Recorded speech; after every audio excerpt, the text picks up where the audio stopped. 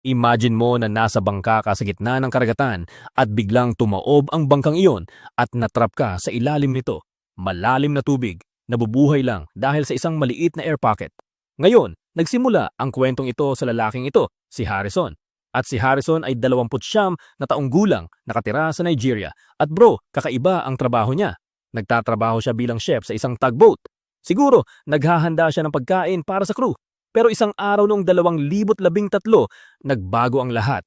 Kasi may trabaho siya sa isang bangka at ang bangkang iyon ay nasa mga 20 milya mula sa baybayin. At maagang maaga pa iyon sa umaga kaya kagigising lang ni Harrison. At sa puntong iyon hindi pa siya nakakapagbihis kaya boxer shorts pa lang ang suot niya. Kaya pumunta siya sa banyo. Alam mo na, gaya ng ginagawa ng mga tao sa umaga at nakaupo siya roon nang bigla na lang, boom! Isang napakalaking alon ang tumama sa gilid ng tugboat. At ang buong bangka ay tumaob at bumaliktad.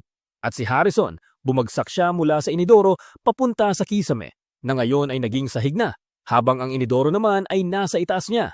At bago pa siya makapag-react, nahulog ang inidoro at boom! Tumama sa ulo niya at natabunan siya ng mga debris. At kung akala mo masama na iyon, mas lumala pa. Biglang nawalan ng ilaw dahil nawalan ng kuryente ang barko. Kaya ngayon, nasa ganap siyang kadiliman. Oh, pero mas lalala pa. Biglang nagsimulang pumasok ang tubig sa banyo. At syempre, nagpapanik na si Harrison. Kaya sinubukan niyang buksan ang pinto at nahirapan siya pero nabuksan din niya. At dahil baliktad na ang bangka, wala na siyang ideya kung nasaan ang kahit ano. Kaya tumakbo siya papunta sa inaakala niyang exit at may ilan pang crew members doon sa may watertight door. At sinusubukan nilang buksan ang pintong iyon pero ayaw talagang bumukas. Samantalang ang tubig ay patuloy na tumataas sa paligid nila. Kaya si Harrison parang bahala na at nagdesisyon siyang lumangoy sa kabilang direksyon dahil sobrang taas na ng tubig na kaya na niya itong languin. At kahit paano, biglang boom! Tinamaan siya ng malakas na agos ng tubig at tinangay siya papasok pa ng mas malalim sa tugboat. At doon, napunta siya sa isa pang banyo at bam, sumara ang pinto sa likod niya. Ngayon, puno ng tubig ang banyong ito pero hindi hanggang kisame kaya nagkaroon ng maliit na air pocket kung saan kaya pa niyang huminga. Habang lumulubog ang natitirang bahagi ng barko, nanatili si Harrison sa banyong iyon sa maliit na bulsa ng hangin kung saan kaya niyang mabuhay. Kaya habang nasa kadiliman siya, naririnig niya ang ilang crew members sa labas ng pinto at sumisigaw silang lahat para humingi ng tulong. At sinubukan ni Harrison na lumabas ng kwarto pero aksidente niyang nabali ang door handle. At isa-isa niyang narinig na tumahimik ang mga crew members sa labas. At iniisip niya, ayos, nakatakas sila, nakalabas sila. Pero hindi, ang hindi alam ni Harrison, lahat ng ibang tao sa barko ay namatay na. Siya lang ang natitirang buhay. Kaya sa wakas, nabuksan niya ang pinto ng banyo at lumabas siya sa isang cabin.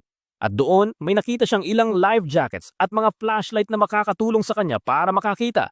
Ngayon, ang malaking problema niya ay sa labas ng air pocket na kinaroroonan niya. Ang ibang mga pasilyo ay puno na ng tubig at wala siyang sapat na lakas ng baga para malangoy iyon at makarating hanggang sa pinto. Kaya nakahanap siya ng overalls at pinagpira-piraso niya iyon para gumawa ng lubid. Para kapag susubukan niyang lumangoy sa ilalim ng tubig papunta sa pinto, magagamit niya ang lubid para mahanap ang daan pabalik sa air pocket. Ngayon habang nangyayari ang lahat ng ito, boxer shorts pa rin ang suot niya at malalim sila sa dagat kaya sobrang lamig ng tubig at nag-aalala siyang baka mamatay siya sa lamig. Kaya nagsimula siyang magtanggal ng mga kahoy na panel mula sa kisame. At ginamit niya iyon para gumawa ng maliit na makeshift raft para hindi siya lubusang nakababad sa tubig. At umupo siya rito para kahit papaano ay mabawasan ang lamig. Naghahanap din siya sa ilang bag at nakahanap ng sardinas at isang lata ng Coca-Cola at tinipid niya iyon dahil iyon lang ang tanging makakakain at maiinom niya habang nakakulong siya roon.